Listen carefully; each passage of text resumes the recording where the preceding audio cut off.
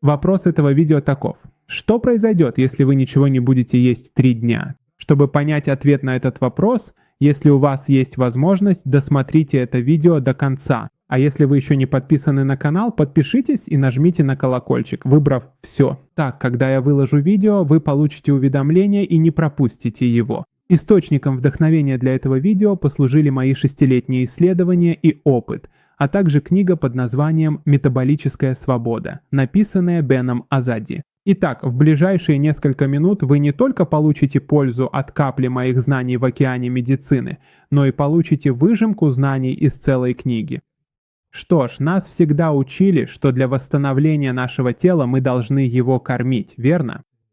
Но прежде чем вы полностью примете эту идею, позвольте мне всего на несколько минут изменить вашу точку зрения. За последние десятилетия мы убедились, что за многими хроническими заболеваниями, даже за раком, стоит одна большая проблема.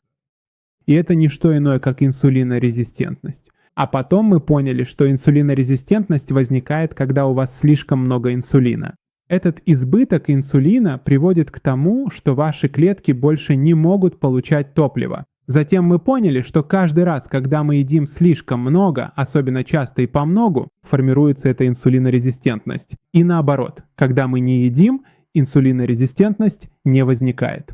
Также за это десятилетие мы поняли, что теория «много калорий равно набору веса» – это ошибочное убеждение. И на самом деле проблемой становится именно частота приемов пищи. Мы обнаружили, что есть 5 или 6 раз в день маленькими порциями или перекусывать, чтобы не переедать – это ошибка. Возможно, внешне вы сбросите несколько килограммов, но похудение без здоровья никому не нужно. В конце концов, от наркозависимости тоже худеют.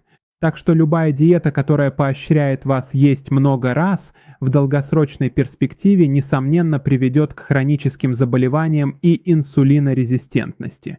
И наоборот, когда вы сокращаете частоту приемов пищи и начинаете практиковать фастинг или голодание, все меняется. Возможно, некоторые из-за сходства фастинга с его религиозной версией будут против, но этот вид голодания признан на международном уровне. Я уже много лет говорю о нем на этом канале. И фастинг, и кетогенная диета, из-за которых я годами спорил с другими коллегами, разве можно было убедить людей, что жир – это хорошо, а сахар – плохо? Конечно, хорошо, что сейчас их мнения развернулись на 180 градусов. Ну да ладно, перейдем к сути. Предположим, вы голодаете 18 часов, вы едите в 12 часов дня, а последний прием пищи – в 6 вечера. Это значит, у вас есть 6-часовое окно для еды, а 18 часов ваше тело полностью отдыхает. Итак, что произойдет, если вы так сделаете? Уменьшится жир на животе, ваше психическое состояние улучшится, а воспаление в теле уменьшится. Но это только начало. Потому что когда мы переходим к более длительному голоданию, например, на 24 или 48 часов, вот тогда польза многократно возрастает. Гликоген, запасы сахара в вашей печени истощается. Первое, что вы теряете, это вода в организме. Словно губка, полная воды. Это приводит к значительной потере веса. Некоторые думают, что это сжигание жира, но на самом деле это лишняя вода, которая давила на ваше сердце. После этого вы войдете в стадию настоящего сжигания жира. Ваше тело начнет использовать кетоны в качестве основного источника топлива, и тогда около 90% вашего топлива будет поступать именно из этих кетонов. Ваш мозг, о котором многие поначалу беспокоились, говоря, что топливо для мозга – это сахар, тоже будет получать энергию из этих кетонов. Ваш гормон роста резко повышается, даже в 10 раз. Это значит, что вы не только не теряете мышцы, но и наращиваете их. Поэтому убеждение, что периодическое голодание вызывает потерю мышечной массы, не соответствует действительности. Именно на этом этапе в дело вступает и аутофагия. Ваше тело начинает перерабатывать старые и изношенные клетки и белки, словно мусороперерабатывающий завод. Но эта аутофагия активируется только тогда, когда вы не едите. По сути, даже добавки не могут активировать ее в одиночку. В результате активации аутофагии ваш мозг восстанавливается, создаются новые клетки мозга, а скрытые патогены и вирусы становятся мишенью. По сути, то, что не может сделать для вас ни одно лекарство или добавка, вы делаете с помощью голодания. Итак, а теперь представьте, исходя из названия этого видео, что произойдет, если вы будете голодать до 72 часов. В этом случае в вашей иммунной системе произойдет удивительное изменение, которое сделает ее гораздо более активной и готовой. Система, которая защищает вас от рака и аутоиммунных заболеваний. То, что ничто другое не может сделать так же хорошо, с помощью длительного голодания вы невероятным образом преображаете свое тело. Конечно, если у вас много денег, вы можете пройти клеточную терапию для восстановления организма, которая стоит около 50 тысяч долларов. Есть и более продвинутые методы лечения, которые стоят от 400 тысяч до 1 миллиона долларов.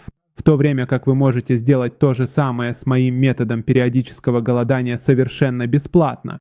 72 часа голодания на первый взгляд могут показаться невозможными.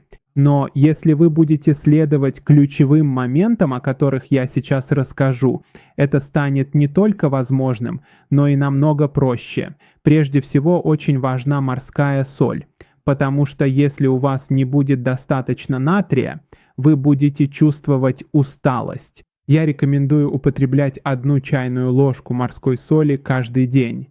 Вы можете распределить это количество на весь день, смешивая с водой. Также важны электролиты, такие как калий и магний, особенно при длительном голодании, потому что их дефицит усугубляется. А как насчет чая и кофе? Голодание прерывают калории. Поэтому, когда вы на водном голодании, будь то периодическом или длительном, вы 100% можете пить воду. Вы также можете пить простой кофе или чай, потому что в них нет калорий. Но будьте осторожны, не добавляйте по ошибке сахар, финики или леденцовый сахар. И золотое правило, которое очень-очень важно, это то, как вы выходите из голодания. Потому что если после длительного периода голодания вы вдруг съедите большое количество еды, это само по себе может вызвать болезнь. По сути, худшее, что можно сделать после длительного голодания, это съесть много продуктов с высоким содержанием сахара и углеводов. Это самая большая ошибка, которую люди часто совершают во время религиозного поста. Я рекомендую начать с небольшого количества костного бульона и овощей на пару. Подождите несколько часов, а затем съешьте более крупную порцию. На следующий день вы можете вернуться к своему обычному рациону. Итак, если вы хотите получить мою здоровую версию фастинга бесплатно, посмотрите это видео. В этом видео тоже есть отличная информация, не пропустите. Не забудьте поставить лайк, подписаться и нажать на колокольчик. Я вас очень люблю, всего наилучшего. Увидимся в одном из этих 2 видео.